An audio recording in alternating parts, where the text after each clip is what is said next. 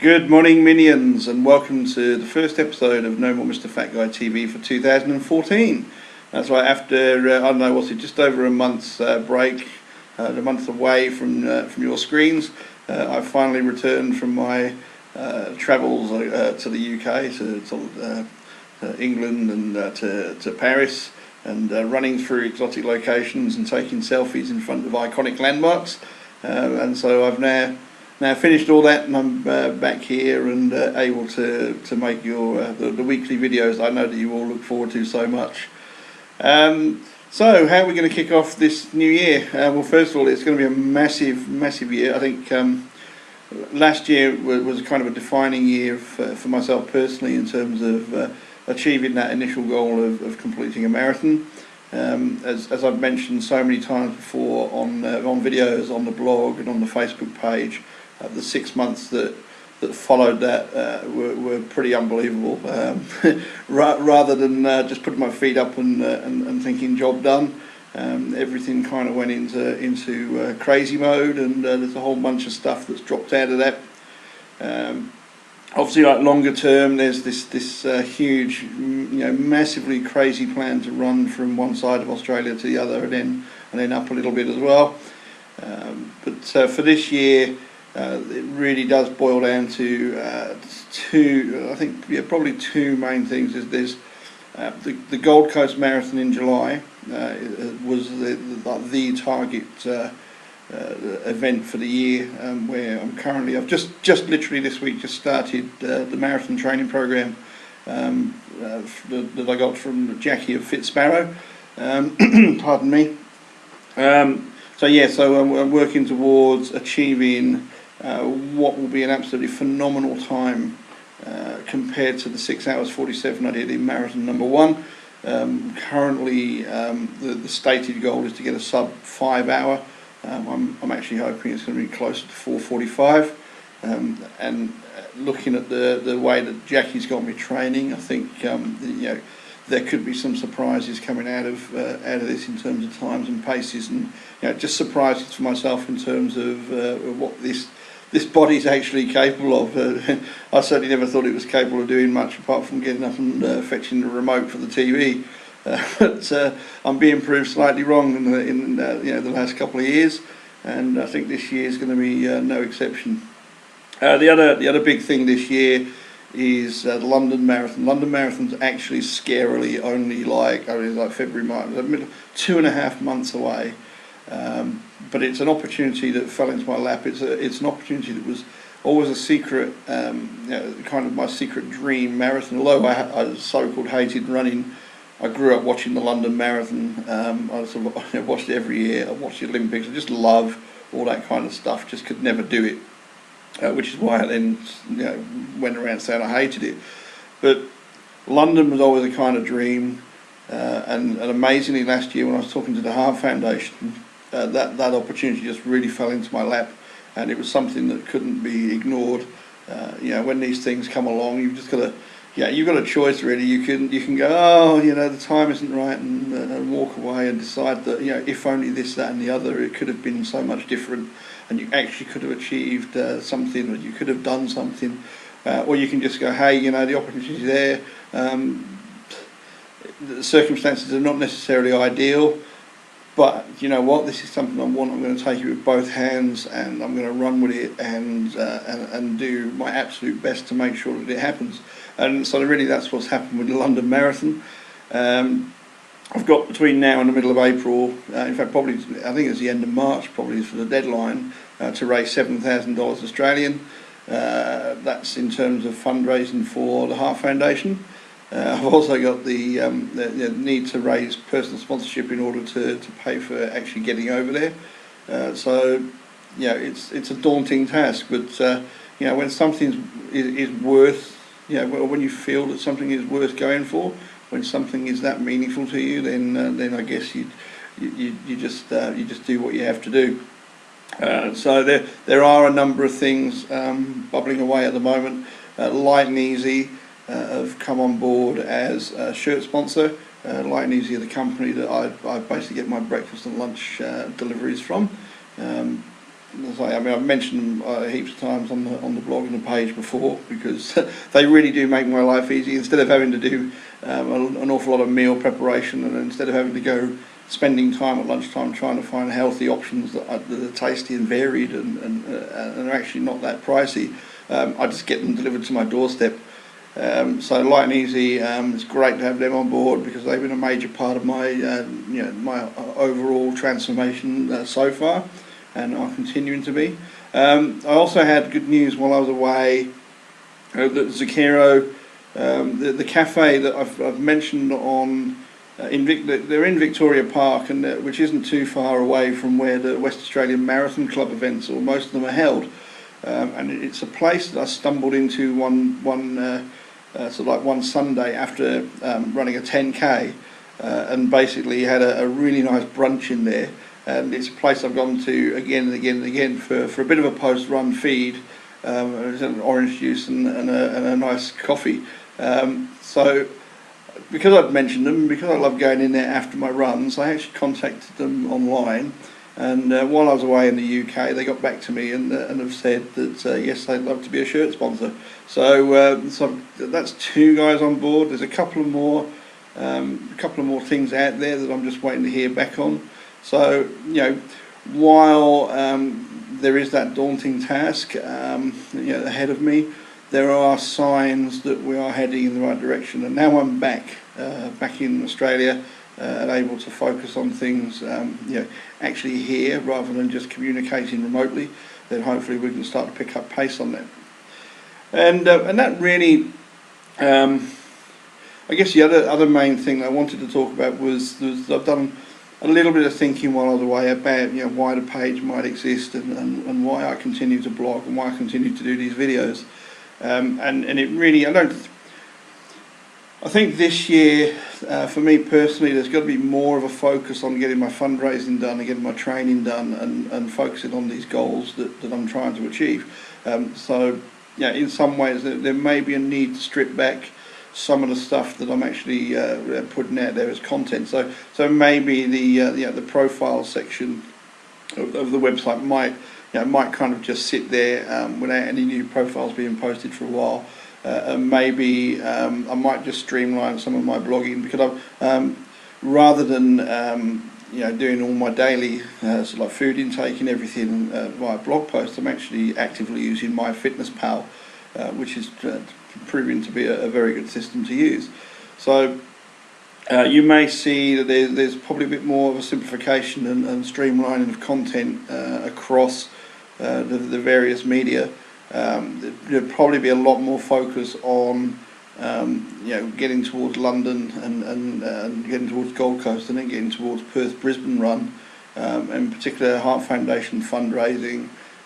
So there's going to be there'll be a lot of talk about the Run Down Under, which is the virtual event. And if you haven't signed up for that, then please look on the blog for details, because that's another way that you can have a bit of fun. You can spend the whole of this year recording any distances that you run and walk, and you'll have this virtual progress around Australia, no matter where you are in the world.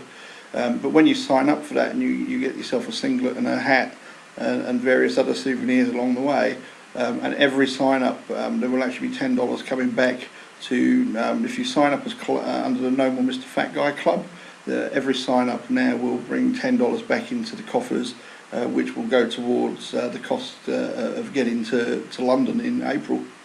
And there are other little things going on. I think Run Around the World, Ian and Tracy at Run Around the World are running what looks to be an absolutely amazing retreat prior to Gold Coast Marathon. Basically, there's a number of days in the lead up to the Marathon Festival.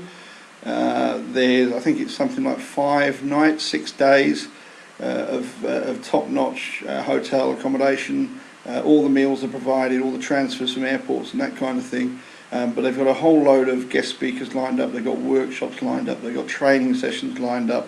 And I believe in the package, I think the package is about $2,500, which, looking at the itinerary, is actually bloody good value. There are, as I say, workshops and there's training events. There's also I think it covers your entry. So if you wanted a half marathon or the marathon or the 10k, basically it will include your race entry fees. So apart from actually getting over to the Gold Coast, if you're not from the area, pretty much $2,500 for a really top-notch running-related retreat and a peak event for you. It's going to be an amazing experience for anybody that actually takes part. Now, I actually genuinely believe that, but another reason for mentioning it is that for everybody that signs up to that, if you mention that you heard about it from No More Mr. Fat Guy, Ian has very kindly convinced his bean counters that $250 of each registration, so that's 10%, is going to be donated to the Heart Foundation fundraiser for No More Mr. Fat Guy for my fundraiser. So that's absolutely amazing offer. That's fantastic to hear that from Ian, and that's very, very much appreciated. So I can only urge people on several fronts really to give that a really good long hard look, because on one hand it's an amazing opportunity to immerse yourself in that sort of environment for a week, and on the other hand it's also going to help realise some personal dreams, and also to raise funds for an amazing charity cause. London itself, that actually leads on to say, like each time I make one of these videos, I kind of try and find a topic to talk about that's more generally applicable, and I think with the whole London thing, that brought up the subject of dreams and goals, and that's also something that I've seen an awful lot posted about. I think probably because the New Year's kicked in. And then a Happy New Year, by the way, everybody. And this is actually what I consider to be the start of the new year for myself. It's Chinese New Year today. I'm not, that's not my background, but I've basically been away travelling. So for me, the year is only just really starting now. So it's kind of fitting that we do have that Chinese New Year as a second opportunity to have that Happy New Year. But yeah, with the New Year floating around, there's been an awful lot of people. Seem to be posting about goals and dreams and so on. Obviously, there's a lot of literature, a lot of self-help literature, and there's a lot of stuff around, the law of attraction type stuff, and The Secret, and Think and Grow Rich. The kind of stuff I actually used to reject and currently now read quite actively. But I think half the time, one of the problems with a lot of this body of literature is that. Either they're a bit too in your face in terms of it's focused around getting rich rather than just having successes in other areas, and that kind of puts people off. And then there's things get a little bit too new agey, I think, and maybe get dressed up a little bit too much. I understand why they get dressed up, so everybody's got their own angle, and it's really the same information. So these people are trying to publish books that have got their own angle and their own spin.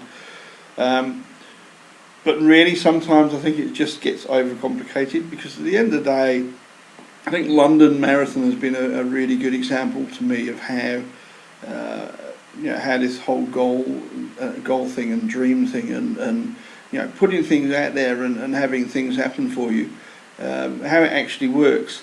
And it's really quite simple. You basically have to have something that you want. You basically have to have something that you have a burning desire for, and fix your mind on that fact. I mean, if it's something you genuinely want, then I guess it's not going to be that hard to fix your mind on it. But then sometimes along the way, and you have to keep that in mind. And then sometimes along the way, you'll get occasions where circumstances and sort of events will appear to conspire against you, and you'll have days where things don't seem to be working out. I mean, I've certainly had, just in the past month, I mean, I've had days where I'm just, in despair, and I'm kind of, how the hell am I going to get $7,000 in donations? I mean, right now I think the fundraising total is about $210.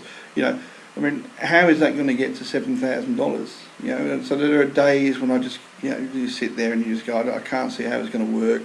You know, why am I doing this? You know, I've got this desire to do it, but maybe it's a bit too much. Maybe I'm asking, you know, maybe, you know, who am I to even dare to think that this is possible, etc. You know, those kind of negative thoughts. And it's on those days that you really, they're the defining moments, because they're the days, I mean, they're the days that you've got to get through. Because on the days where it's all flowing and it all feels natural and it all feels wonderful and you're so super positive and you just know you're absolutely going to nail every single one of your goals, those days are easy. It's the days where those doubts creep in and the self-doubt and the worries and the thinking that, you know, is this all a bit too hard, and you know, the temptation to take the easy option, the temptation to take you know, the path of least resistance is always there, and I don't think that's ever going to change. Having gone through an experience of that with Perth Marathon, training for that Perth Marathon, I can safely say that since then it still happens. It still happens with anything that you basically set your heart and mind on. Because you will always face challenges, and sometimes you know, if you read certain books, they will say that it's the universe testing you. You know, if you read certain articles, they're saying that, you know, you just have to work through these things because they are being presented to you as challenges to make sure it's something that you really want. Now, that may be true. I don't know. I mean, I'm not a religious person at all. So I don't necessarily believe that there is some sort of ultimate being that is testing you on these things and using these down days to make sure it's what you really want. But it's a philosophy. It's a way of, you know, if it works for you, it's a way of framing that, you know, psychologically, so that, you know, you can have, you know, you can maintain that belief and that faith, and really whatever works for you. To maintain faith in yourself, really, then use it, because that's all it's going to take. Basically, if you can basically frame your goals, if you can think of what it is you want, and you have that strong burning desire to go for it, you know, the really positive, you know, great days are gonna be days that you can build up some fantastic momentum. And they're going to really propel you towards that. And then when you hit the troughs, when you hit the days when you wake up and you don't even have any, you know, your confidence in yourself has just somehow disappeared overnight. It's sort of leaked out. You know, it's like just gone temporarily. You know, on those days, dig in, dig deep. Use whatever it is that works for you personally to maintain that faith. Use whatever works for you personally to build your confidence back up. Yeah, this idea of surrounding yourself with positive people and surrounding yourself with people that will lift you up is absolutely spot on. I mean, I made a change last year, at the end of last year, when I realised that basically there's a whole load of negative stuff on my old Facebook page, on my old Facebook profile, and I basically restarted a fresh account. Now, all my old sort of rantings and negative type stuff, you know, suddenly were washed away from my online presence.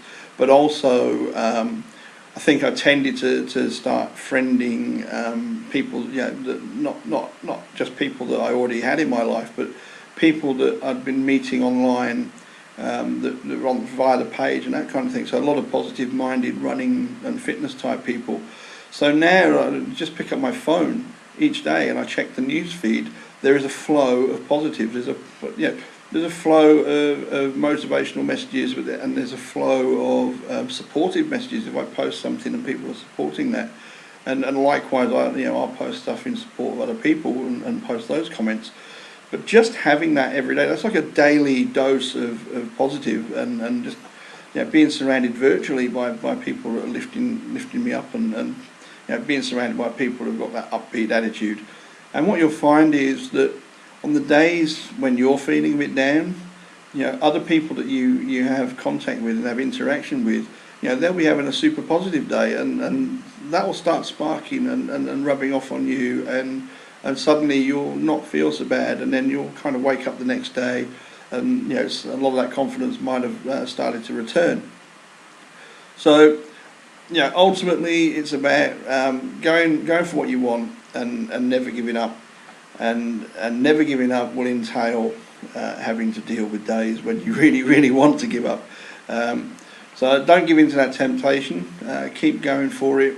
If you want to run London Marathon, if you want to run Boston Marathon, if you want to change your life around, if you're just really unhappy with where you are now, with any aspect whatsoever, your business, your work, your education, your fitness, your romance, your love life, whatever it is, it's the same formula, and it's all about not giving in. And at the end of the day, just to be completely cliched about it, that's really the big lesson that running a marathon taught me.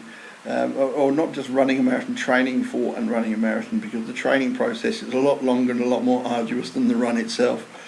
But life is a marathon, and the only way that you're going to get to the finish line, your goal is your finish line, and the only way you're going to get across that finish line is if you keep going.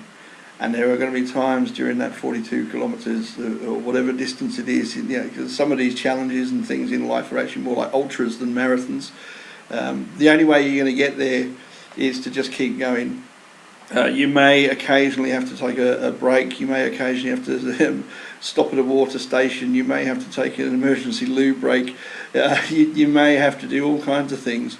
But as long as you ultimately keep taking those steps forward, and never give up on that goal, never give up on that finish line, then you will get there.